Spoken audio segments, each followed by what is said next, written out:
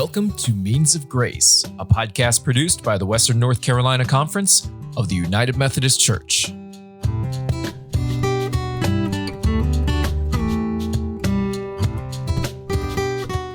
Welcome to the Means of Grace podcast. I am Kim Ingram, the Director of Ministerial Services for the Western North Carolina Conference of the United Methodist Church. I am your host for this two-podcast series that will focus on themes related to Earth Day. They will drop in late April when the trees and flowers are blooming and the birds are singing and God's handiwork is on display in breathtaking ways. I have conversations with people who are serving in 4 different parts of our conference and who are using green spaces in ministry. They are finding ways to utilize creation and celebrate the Creator for evangelism, community engagement, relationship building, feeding ministries, and worship, among other things. In each conversation, we highlight ways other leaders could take some of their components and try something new in your context. I'm excited to share these conversations with you. This episode of the Green Spaces in Ministry podcast features a conversation with Ann Self, the Executive Director of the Village Green in Cashiers, which is located in the far west district of our conference, the Smoky Mountain District. Ann is an ordained elder, and after having served several local churches for many years, she is now serving in a ministry that extends the church into the world. She tells us about that through her work with the Village Green. The other conversation we will hear is with Harbin and Edmari Correya deCastro. They are part of Smyrna and Wingate United Methodist churches, who have developed an aquaponics program in relationship with Wingate University, and then have expanded it to include gardens and now a biodiverse orchard. These churches are located southeast of Charlotte in the Uwharrie district. Chris is the pastor of this 2-point charge, and Amari is a high school senior who has been active in the ministry. First, our conversation with Ann.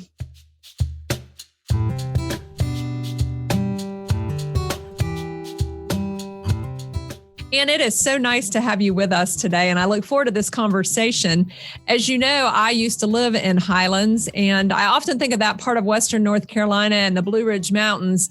It goes unnoticed with our conference or in the rest of the state, and maybe is underappreciated. I remember as a Floridian, I would tell my husband that itinerary was fine as long as we didn't end up in the mountains. And then we went to Highlands for 5 years. And now I would tell anyone what a blessing it is to live in the mountains. And I try to get back anytime I can. Cashiers is just down the road from Highlands, part of the Smoky Mountain District. For people who look at the word and maybe even say Cashiers, it's not necessarily familiar. Can you orient us a little bit to where Cashiers is? Sure. So we are in the very western corner of the state, southwestern corner of the state. We're in southern Jackson County. We're about, not even 30 minutes from the North Carolina border. We're about 45 minutes to Georgia. We're maybe an hour to Tennessee, but we are south and west in North Carolina. And just to give you a sense of, relationship, we're about an hour and a half south and west of Asheville, and we're about 2 hours north of Greenville and the Clemson area. So often people think they get to Asheville and they've gotten to the end of the state, and yet there's so much more beyond Asheville in North Carolina. There really is. And even beyond, to the west, when you get into Macon County, where Highlands is and Franklin is, and the northern part of Jackson County, the cute little town of Dillsboro, Silva is really sweet. We've got the Western Carolina University presence in not very far from us in Cullowhee. And so there's really a lot here to discover. Well, that is wonderful. And you are the executive director of the Village Green. The Village Green makes me think of small town and green spaces, but can you tell us something about what the Village Green is? Sure. So we are 13 acres of privately conserved park land, green space for public enjoyment. We were established almost 30 years ago when three friends came together and saw that a very integral part of the village of Cashiers at the crossroads of highways 107 and 64 were going to be turned into commercial development. And they didn't want to see commercial development. They wanted to see this land conserved, and it conserved to enhance the lives of people that live here and visit here in many different ways. And so they put the land into conservancy. And since that time, through the generosity of donations of additional land acquisitions and finances, we've grown to 13 acres. And we actually extend from that original 2 acres at the highway crossroads all the way back to near the post office, which is kind of become the Cashiers community corridor. It's the home to the post office, the library, Village Green. So it is very much a park for the people. Yeah, and sounds like it's really in the heart of the community. And so you became the executive director in 2016. And I'm curious, because you were in local churches before that, kind of what made you step out of the local church at that time and think about being a part of this extension ministry? Well, that's an interesting question, because even though my extension ministry with Village Green began in 2016, I began as the executive director of the Village Green in 2012. So I was serving 2 churches half-time in Transylvania County, which is east of Cashiers and about an hour away. And I was serving the Village Green halftime. Well, it was difficult for me to figure out how to do either one halftime with any kind of sense of integrity to my vocation, but also to my personal life. And what I really discovered, the churches were growing, but the Village Green was growing too, and particularly in its identity as this third place for the community that's creating that sense of place for people in the community and the opportunities for people to enjoy the park. And so I just began to think about that. I read a book that was very influential by Diana Butler Bass called Grounded. And she talks about that, about how people now are finding God on the horizons of nature and community. And that really resonated with me with what I do at the Village Green. And so I approached the district superintendent. We began to pray about it and discern, how that would look and what it would look like to fulfill, my call to ordain ministry. And decided that this was just a fresh expression of church, and that if we were going to meet people where they are, those people that claim to have faith or claim no faith, and help move them to some kind of church community or community of faith, or move them closer to Christ in community, that this was a great fresh expression opportunity to explore. And so that's sort of what led to me becoming full-time in 2016 extension ministry at the Village Green. So it sounds like for you, it was an easy transition to make as far as an understanding of ministry and understanding of your call, and really extending the church into the community in this very specific way. Exactly.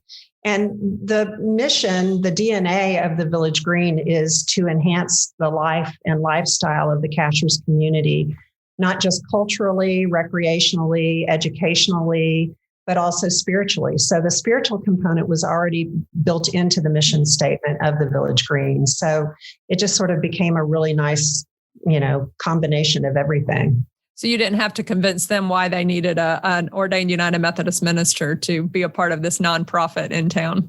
No. That's great.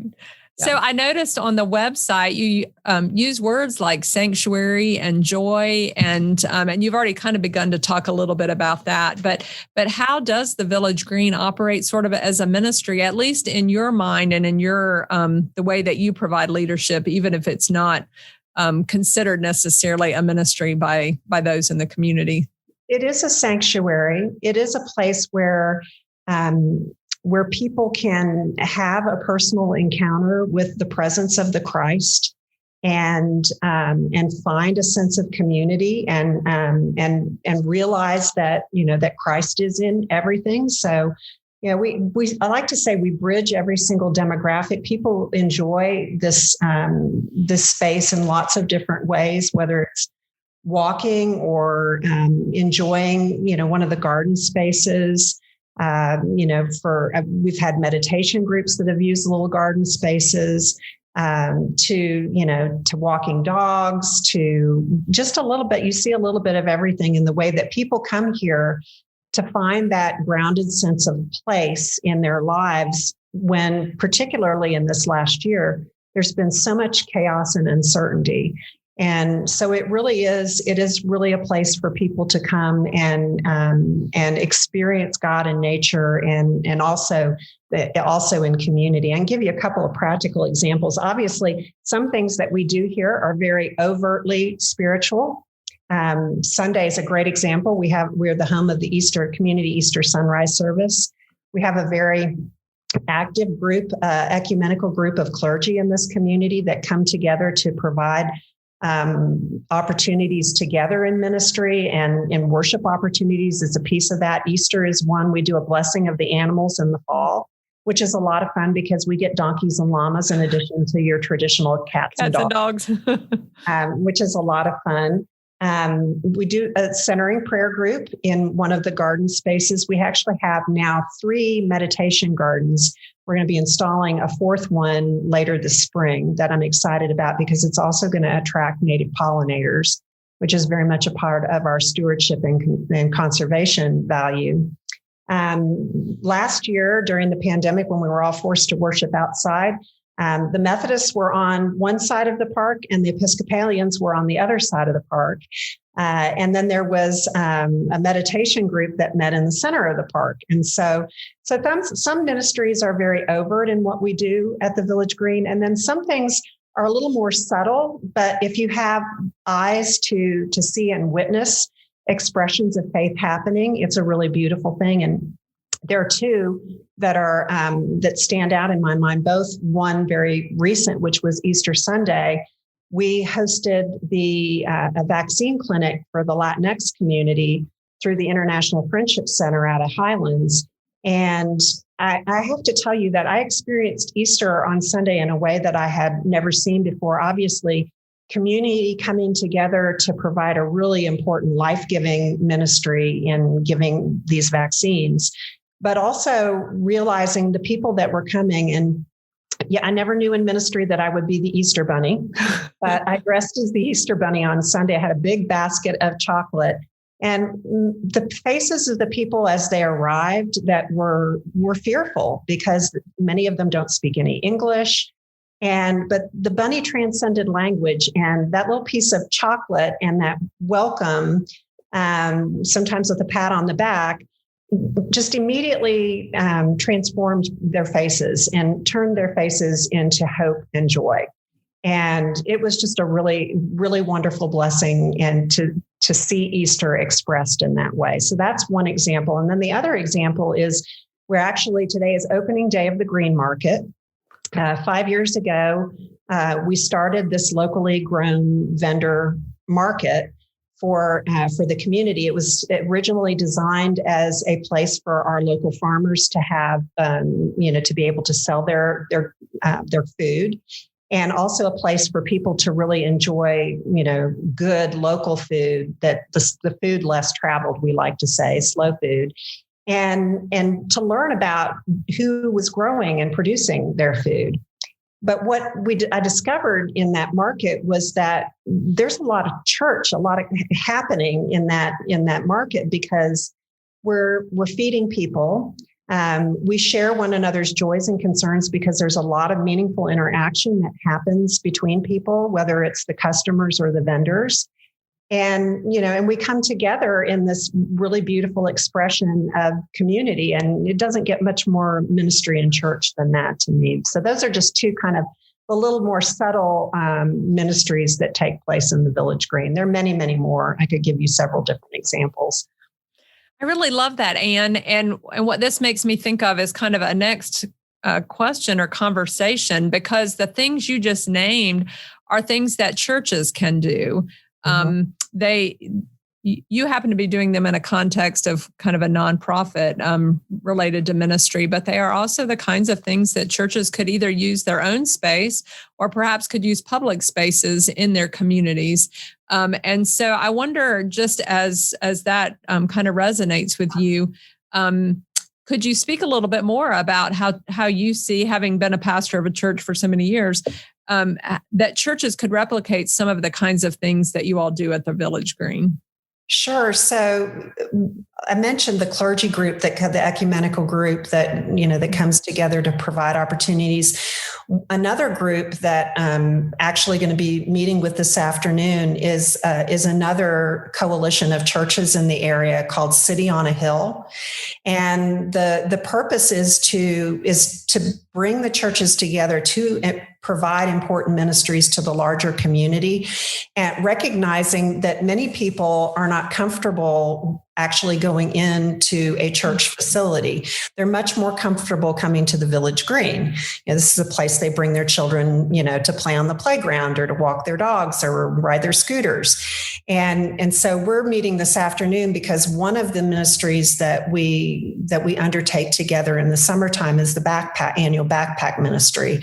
And so, the churches will work to pack backpacks, and then they'll all come to the Village Green and be distributed from here. So those kinds of things easily happen. I love to be able to give permission to groups that want to come in and do things like this, to meet the needs of people in the community. That's why I was so excited about the clinic on Sunday.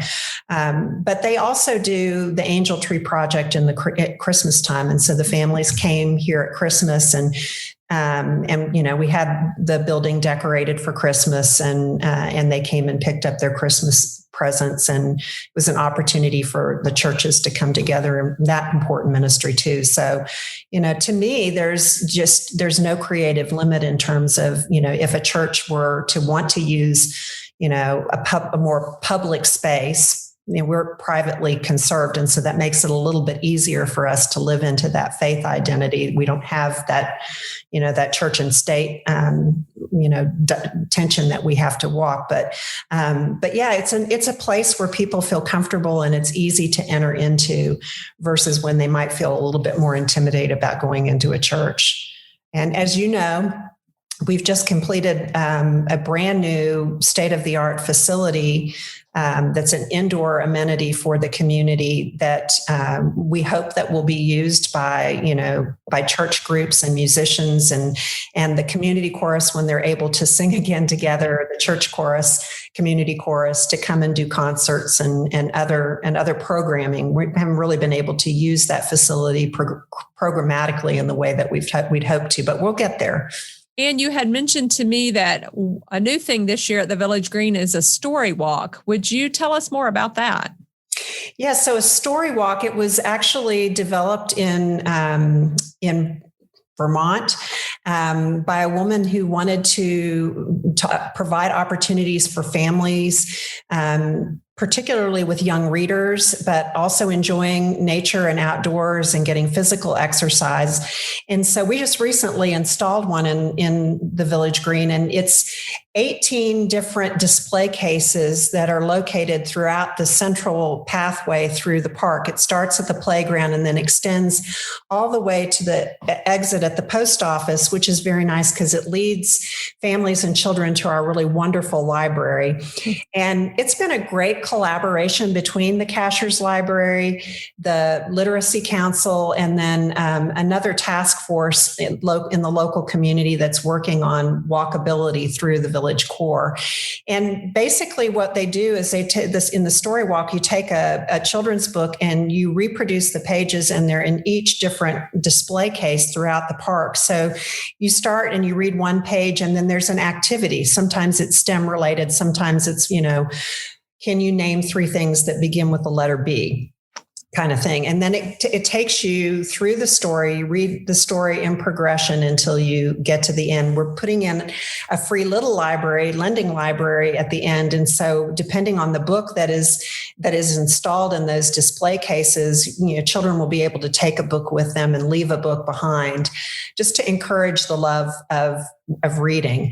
I actually wrote the first book that will be published and installed in the middle of June. And I'm excited about that because it tells an amazing story about how the expansive children's playground came to be in the Village Green. It really, truly was a community effort.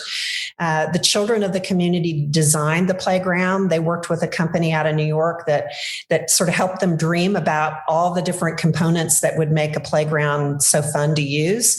And then they took those plans, the children and their families and other community members raised all the money from everything from pancake breakfasts to benefit concerts to coin jars to bake sales. And they raised the money, and then all the community came together. They were formed in different crews or construction teams. They all donated tools that were cataloged and numbered in a big tractor trailer, and all the materials were brought, and these different teams worked on constructing different parts of the playground. Well, to make things a little bit more even dramatic, they started on a Thursday, and on Friday night, overnight into Saturday, the remnants of Hurricane Gustav came through Cashiers and knocked out the main power transformer in the center of town.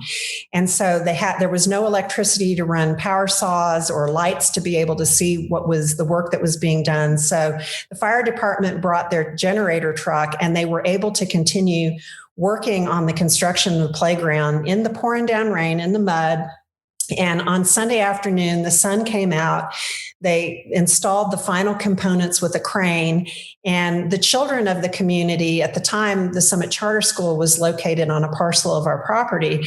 They came to the school where they made paper hats and paper chains and big thank you posters. And they paraded from the school site to the playground to open the playground. And they had a big picnic, hot dog supper to celebrate the opening of the playground. So it really and truly was community coming together to accomplish something really amazing to benefit everybody that lives and visits here. So I'm excited for that book to be installed in the Story Walk. I'm excited for the Story Walk. We're hoping to have a Christmas story installed in the Story Walk over the holidays, but we're still trying to figure that out. But lots of opportunity for education and to be able to, for families to enhance their enjoyment. So I'm excited about that new amenity too. Yeah. And I have seen the Story Walk, not quite as elaborate as that, but just where it's kind of like a laminated poster that you can walk along a path and read the story in kind of on laminated poster. And so it's another ministry a church could emulate. It would be great, especially, I know that if there is a playground or some kind of natural draw for children to come to that location. And yes, you're correct. I mean, it doesn't have to be anything as elaborate as the display cases that we installed. It can be something as simple as, getting the rights to the book and then reproducing it and laminating it on poster board and putting it on, I've seen yard stakes as examples. You can actually Google Story Walks and you'll get all kinds of examples. Several people have Pinterest pages and, to get ideas for what you might do. But yeah, that's a great idea for a church, a neighborhood church to take up for people to come and visit. Yep. Yeah. So one of the other things I love that you keep talking about is the nature of community. So Cashiers, Highlands, that whole area has a lot of second homes, people who come up for a season, but there are all the people who live there year round. And it sounds like what the Village Green also provides for Cashiers is especially for the locals, the people who are there all the time, to interact with one another, to have a space that they share and they care for and they congregate in. Mm-hmm. Yeah, that's one of the beautiful things I mentioned earlier, that we truly do bridge every single demographic. And one of the things that we do in the summertime that's incredibly popular is we do a free Friday night concert series. And I can look out in the crowd, knowing most of the people, the second homeowners, as well as those who live and work here year round, and realize that, that they're enjoying the same music. But for some of them, that may be the only form of entertainment that their family has. And so it's really wonderful to be able to bridge that demographic and to see what has been. I feel like it's changed a little bit over the years, since maybe it's just because I'm so up close and personal with it in the Village Green. But when I first moved here, it seemed to be that there was sort of a separation between the second homeowners and the people that live here locally year round. And that distinction has become really blurred to me now. Some of it is because we're becoming a more year-round community, but some of it too is that I feel like the things that we've been able to offer here appeal to everyone. And so in that way, people actually get from behind wherever their second home is and actually interact with members of the larger community. And then really it's also the place where people can get to know each other and develop new friendships. And I feel like we are in April as we record this podcast, and this is part of our Earth Day podcast. And as we're coming out of a pandemic, but even when we were in the pandemic, people want to get outside. They want to, be in God's nature. And so I feel like you're going to have lots of opportunities, in the next 6 months to really be that place in that area where people want to come and want to be. And our churches can do similar kinds of things in their own places. Yes. And one of the things that I discovered in the pandemic that, it was so strange for all of us, and the things that, that we had to cease from or put a pause on, or we had to pivot on. We all got tired of that word.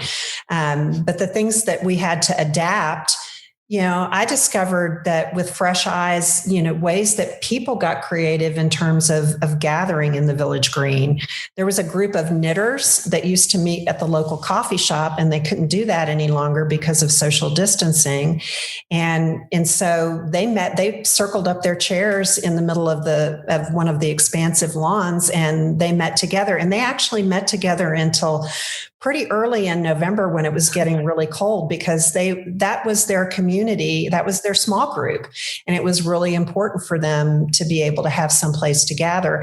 I noticed too that families, when we had to close the playground, which was incredibly difficult and sad when we had to do that, but I discovered that families were able to use the park in other ways for their children to play. They were playing games like Mother May I and kickball, and bikes and scooters made a huge appearance in the park that they'd never had since I've been in this position. I've not seen any bikes or scooter riders in here. And families, just yesterday, a big group of extended family that, had picnic blankets out in the grass and were enjoying, a picnic lunch together. So people got creative, but, like I said, it's a park for the people, and people, they encounter, Christ in the grace and mercy and compassion of Christ just by being able to be in this place, which is a really beautiful thing to see. Well, I really appreciate you taking the time and having this conversation. I think it has not only provided kind of a tourist opportunity, we should go see Cashiers, but it also really, what it has mostly done is given leaders a way to think about how they can use their own green spaces in ministry in their own communities as a way to unite the community and to be in ministry in the community. So I really appreciate that. Thank you, Ann. Certainly. My pleasure.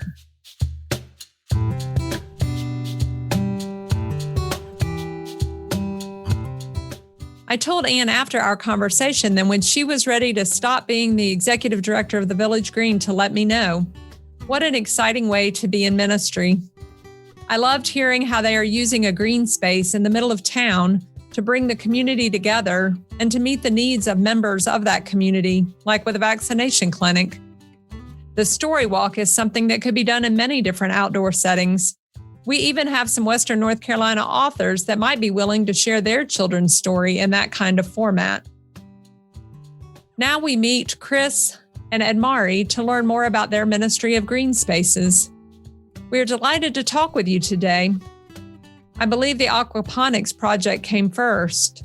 Chris, can you give us a bit of history of the aquaponics project, what it is and how it came to be? So the aquaponics project came about before I arrived here in Wingate and Smyrna. And it is a partnership with a professor at Wingate University in which we are taking large tank in which we'll put tilapia in normally about the middle of April.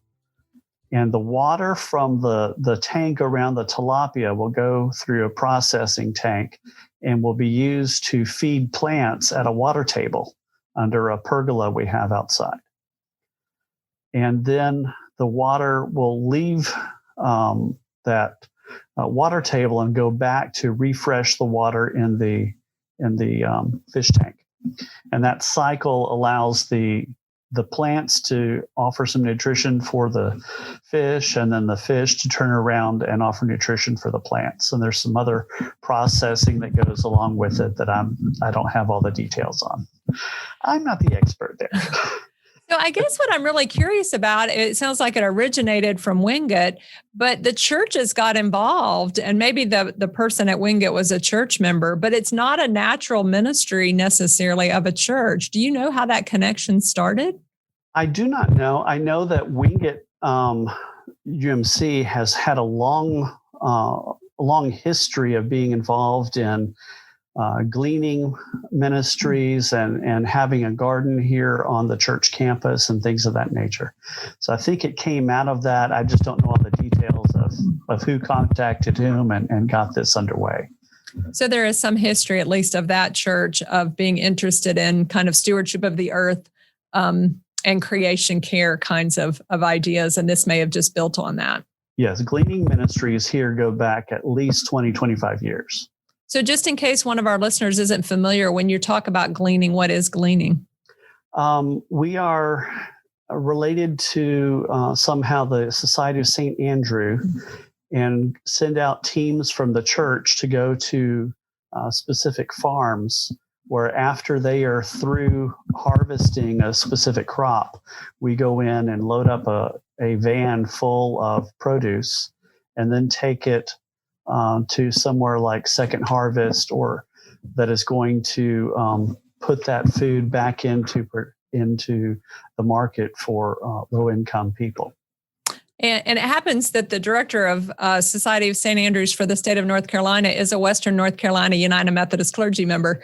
So I will put the link to that in the show notes in case people are interested in learning more about gleaning. So the program with the aquaponics has the name on your website of GIFT, and that stands for Giving, Inspiring Faith Together. And so it seems to have kind of a faith-related a piece to it, and maybe that's particularly the church's piece of the program. Can you tell us more about those words, the components, and why they're important? So with our gardening that comes out of the aquaponics water table, we take vegetables and take them out to a couple of communities here in Wingate of underserved people offering food. We add in at the end of the year in October when the aquaponics program is winding up, we take the fish and we fry them and then we add that into what we're doing as well. So most of the produce, the vegetables and the fish and everything goes back into feeding programs in the local community. So that's where the giving part comes in. We also do take a portion of the vegetables, herbs, spices, and different things that we produce, and we sell them to church members and other in the community to help defray some of the expenses of the program itself. But we will have interns from the college or from the high schools to come in and work alongside us during the course of the aquaponics program. And then they will be involved in not only raising the food, but also in its distribution and sale, and also going into the schools and teaching children about aquaponics and how it works and the sustainability issues and the ecosystem basically that we're putting together here with the aquaponics program. So this is all kind of wrapped up together. And then our church piggybacks on that with adding in other food sources through our shepherd's garden. And then we'll be expanding that with an orchard here on the campus. So tell us just a little bit more about that. Kind of what does your garden look like and what is the vision for the orchard? So the garden started off in a plot of land up on the hill, a little bit away from the church. And since we've shifted it down to a field that we have on our church grounds just behind the sanctuary. We have a plot probably 30 yards square currently that was planted last season. And we're going to be adding, probably tripling that this year. Wow. Last year we put in an underground pipe to be able to water the garden more effectively without having to stretch out hoses too far away from the building. And that was set up by some of our members, our United Methodist men. And then we will be taking from that center point of where the spigot comes up out of the ground and having 4 blocks of garden that are coming off of that. And then the orchard will be, is behind that on the edge of our property. And what kind of fruit are you planting? So I'm working on trying to make this a biodiverse orchard. We'll have enough of the same type of fruit so that trees can cross-pollinate. Like we'll have 2 apple trees and 2 cherry trees and 2 pear trees, but we're trying to be as biodiverse as possible. So with pomegranate, pawpaw, big red mayhaw. We've just added chinkapin, which is an oak that has an edible fruit nut. That's very sweet. A little larger than, but about like a hazelnut in a shell. We have chestnut. Let's see, and we just planted blueberries and raspberries and fig trees and kiwi and 3 grapevines. And so we're trying to add different types of fruits more than simply having a big monoculture. Yeah, that sounds huge. And because it's different types of fruit trees, the labor is a little less intense. Because we don't have to go out and this month we've got to go and prune 300 apple trees. No, we're pruning 2. So Edmari, how did you get involved in this project and what is your interest in it? I think it's a funny story how I got involved. One day we were in Bible study and we do a Bible study in Spanish and we were just talking about the sermon of the day, and we started talking about things that our community does. And suddenly, fruit trees came up. And I was just commenting to the pastor that, maybe we should be planting more trees that people can not only look at and, maybe think they're pretty, but they can also get something from, like fruits.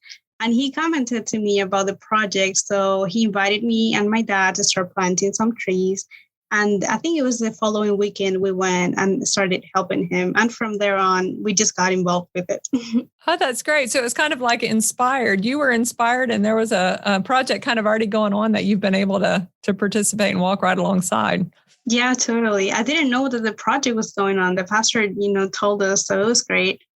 And so what do you enjoy about, you seem to be going back and doing it on multiple times. What do you enjoy about working in it? I think I learned a lot, not only about the plants and how to do it, but I get to, I'm not really a nature person, but I just love doing it. I think it's really fun to go and get my hands dirty and help. I know that it's going to help the community and all of us. So I think it's just fun. I get to learn more about the plants and more about how each of them needs something different. And I get to talk to the pastor and like a couple people because, with these times, it's hard to talk to people in person. So we social distance and everything, but at least I get to see people. So that's great. Yeah, so that's a bonus. Are there any other teenagers or young people who have gotten interested in it? In our church, I don't think we have a lot of teenage members, but my cousin, he's attending church with us. So hopefully he'll join us too. Oh, that'd be great. Yes, it becomes an evangelism tool, doesn't it?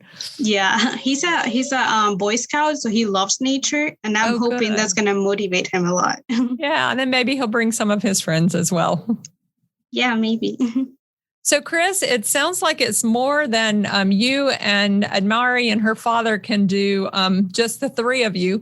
So how are other people involved? How have the churches kind of taken ownership of the expansion of the orchard and the additional gardens? So we have one church member who used to run an orchard with his family up in New Jersey.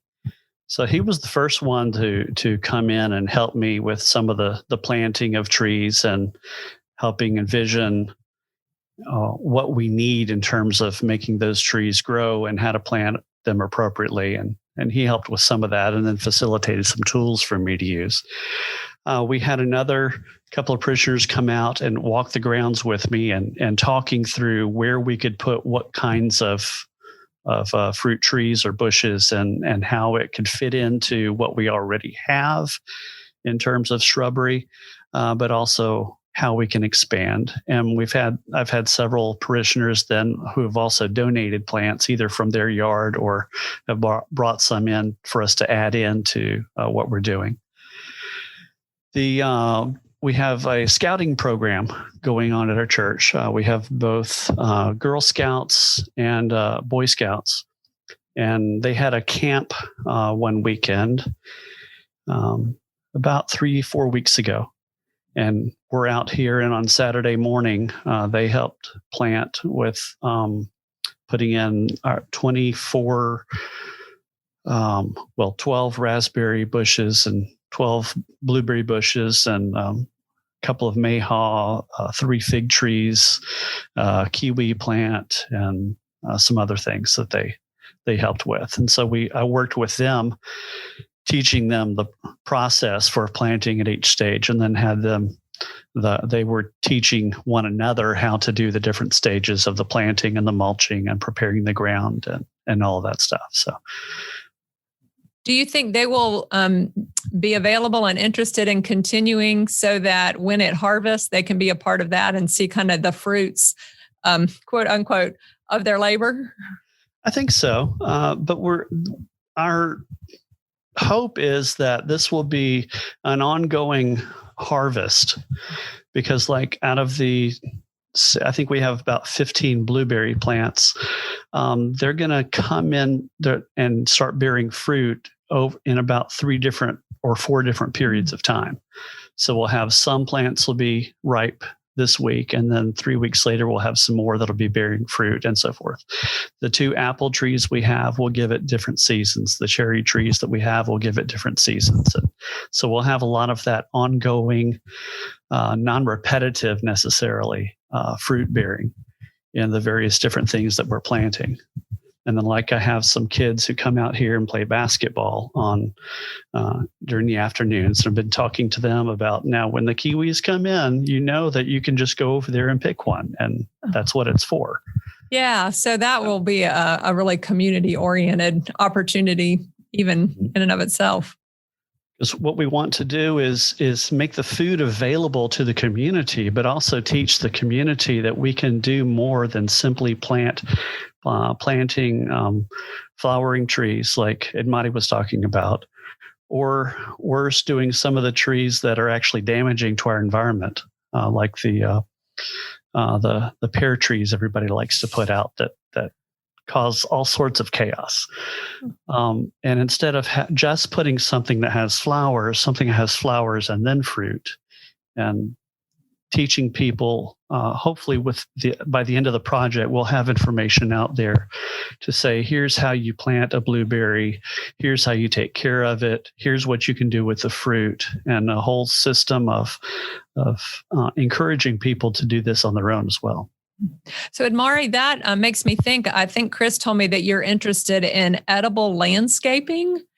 Can you tell me a little bit more about what that is? And it sounds like that's something that goes hand in hand with teaching the community.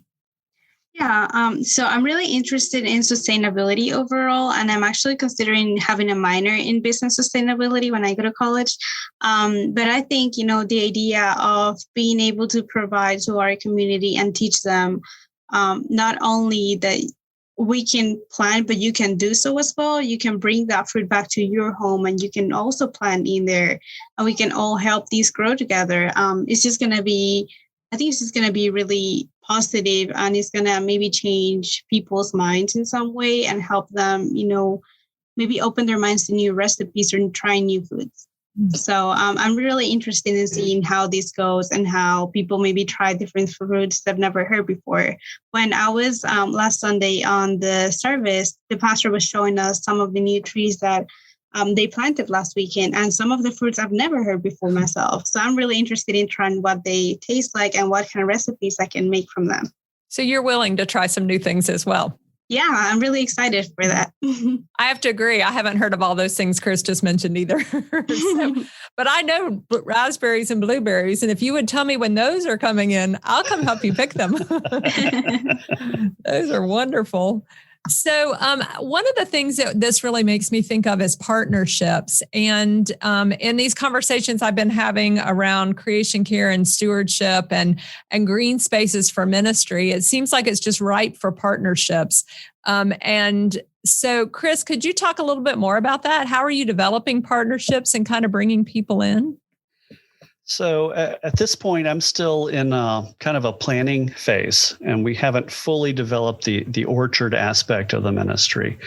But I do have several folks in the Masters Gardeners group here of Union County who are already on board and helping to talk about resources that we have in the community and how we can get better training and educational materials pulled together for the future of the project. There's also an agricultural high school here in our area. And so I'm hoping to be able to bring them on board to help offer a place for them to come and talk about the orchard and also add maybe some labor into it and help with some of the design of filling out the orchard. I'm looking at different levels of cover story. We have oak trees lining our property and they're very tall and offer an overstory canopy that blocks out the most, the harshest sun, shall we say. And then the fruit trees we have would be more of a medium cover story. I'm getting my words mixed up here, but a canopy, that's what I'm looking for. A medium canopy, and they'll offer the fruit trees. And then below them, we'll have the shrubs like the blueberries that'll offer kind of an intermediary height of cover. And then below that, I'm looking at putting in some things like thyme and salvia, sage, oregano, basil, and other things that would grow closer to the ground, taking the place of grass, but also offering spices for the community to use and offering a varied type of product from our orchard. Yeah, it sounds like the possibilities are endless. Yeah. So I'm hoping that the agricultural high school can come in partly with that and helping us plan and flesh out the rest of this project. So another thing I think that either you mentioned or I read about was that part of the orchard is supporting a farm worker ministry in Florida. Can you tell us a little bit about that partnership? So that'll be more aligned with the aquaponics portion than the orchard per se. But there's a missionary working in Southwest Florida with Latinos, specifically from Guatemala. And he was needing resources to help with planting a heritage Guatemalan maize that they use in their masa.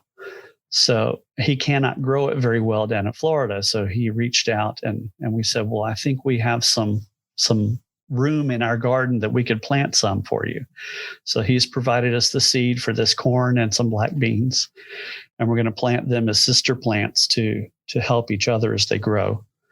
And that'll be one section of our in-ground garden and related to the aquaponics program. When we process the harvest, some of that we'll use here and most of it we'll send back to Florida for his use. Wow, that's great. What a neat partnership. So, Chris, you had mentioned to me that this might be part of your fruitful leadership and ministry project that you're required to do as part of the ordination process. How do you see this fitting in to that? So, one of the things that we want to do with the orchard portion of this project is to add in some kind of signage that will have like QR codes on it that will send people to a website where they can find out more information on the specific fruit tree or shrub that they're looking at.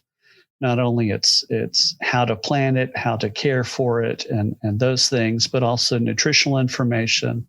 And then there will be some links in there on at least in some of those QR codes toward biblical stories related to figs or to vines or some of that nature as well. Talking about the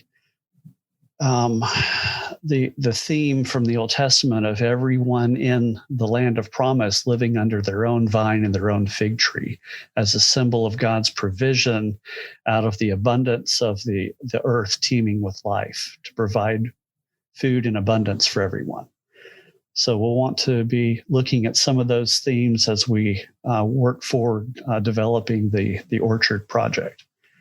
And so those are some ways I'm looking at relating it into my fruitful leadership and ministry. Oh, that's great. And maybe Amari can add some recipes that she tries and develops, and she can put those on the QR code as well. I'll be more than glad to research some of them because I haven't tried the fruits or most of them myself either. So, but I'll be happy to contribute for that too. That'll be great.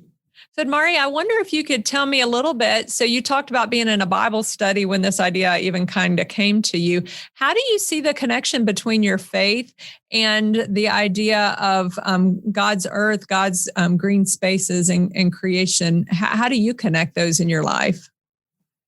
I believe that by just creating this project, we're not only helping our neighbors like we should as Christians, but we're also helping and protecting our environment, the earth that God has put for us. So by providing our community with food, we're not only using the land, like we mentioned before, for trees that can provide us with flowers, but also that can feed us all. So we are able to help our neighbors, our community, and be able to create an ecosystem with a lot of biodiversity that in the long term will benefit us all. I believe this is really important, and I feel really proud to be part of the church and be part of the project. I'm honored that I am able to participate. Well, I think they're also honored that you want to participate and to have your interest in it. So I think that's great. And that's kind of one other thing I wanted to mention. You all have both talked about the community extensively, and it sounds like this is a role that the church can play in the community, and the partnerships are in the community. Chris, I wonder if you have any advice or thoughts on maybe another leader in the conference or somebody that's listening to this podcast that might wonder what's a first step you might take towards something like this. Do you have any thoughts that you could offer? Well, I think the first thing would be looking at your facilities and grounds and seeing what you have that is space that could be used. An orchard does not have to be huge. What we're looking at for the focal part of our orchard is probably about 30 by 150 feet maybe in size. It's not a huge plot of land, but just on that space, we've got room for, 18 fruit trees plus at least that many shrubs, and then an understory below that for spices and other things that we haven't quite fleshed out what all that'll be yet. Important for me is that it be biodiverse on a couple of levels. One, we don't want just to repeat offering the very same fruit people already know. We need variety in our diets. We need variety in things that we look at. It's much more pleasing to see different types, kind of like an English country garden is kind of the visual that I'm working with, where we have all different sorts of things that work together. Also looking at pollinators. For the bees that I want to be pollinating my blueberries, I need more than one kind of blueberry that's all going to bloom at the same time.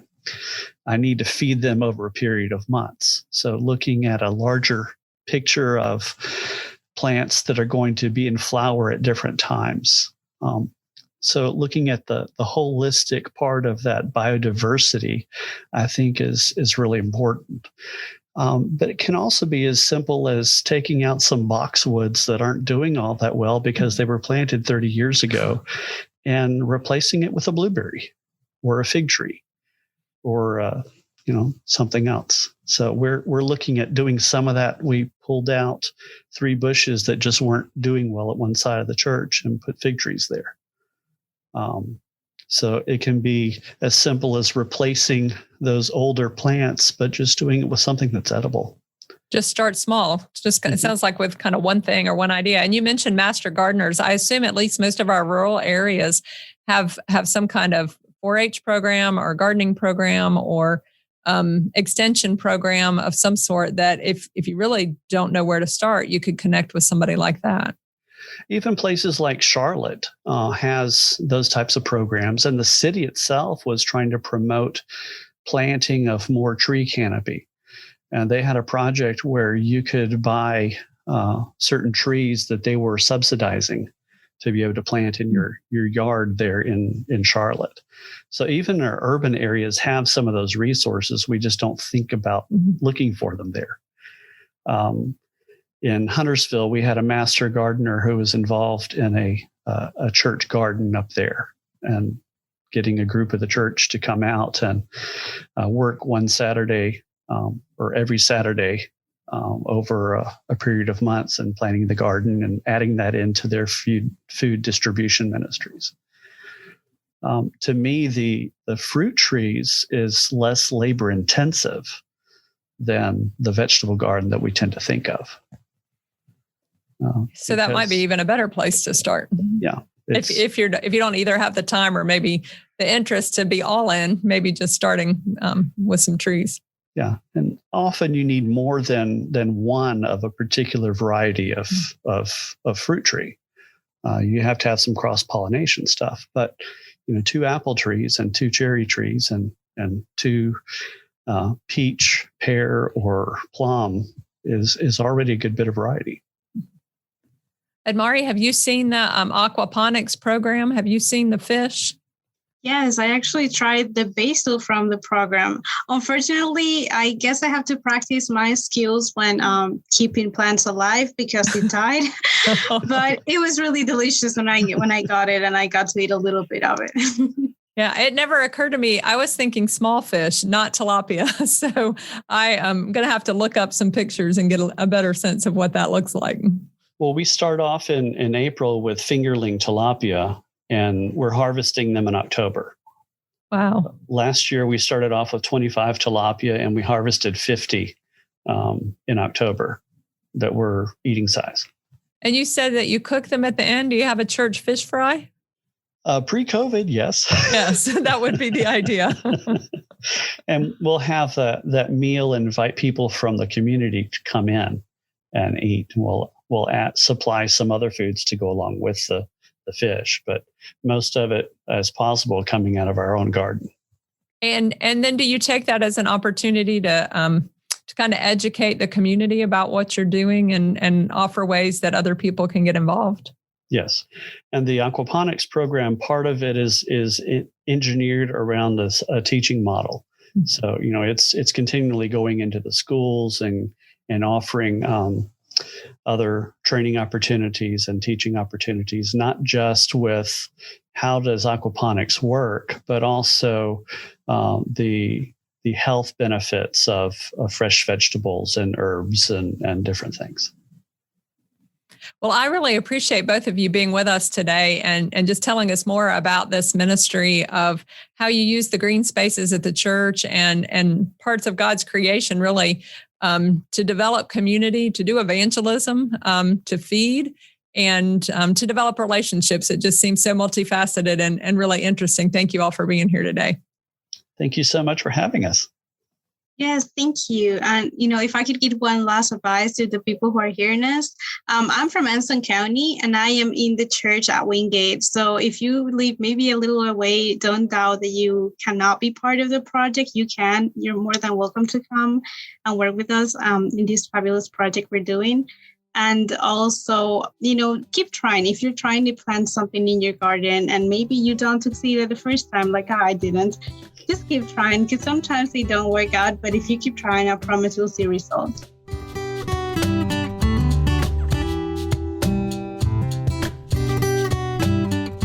Thank you for joining us for this podcast.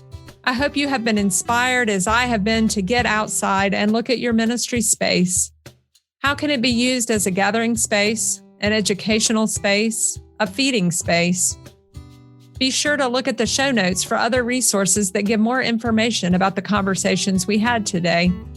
And check out the other podcast in this 2-part series, available next week, that features the Kevins, who are partnering in a new ministry in Black Mountain called Way in the Wilderness, a church without walls, and Common Ground, a ministry of First United Methodist Church in Stanley, and how they see creation care as evangelism.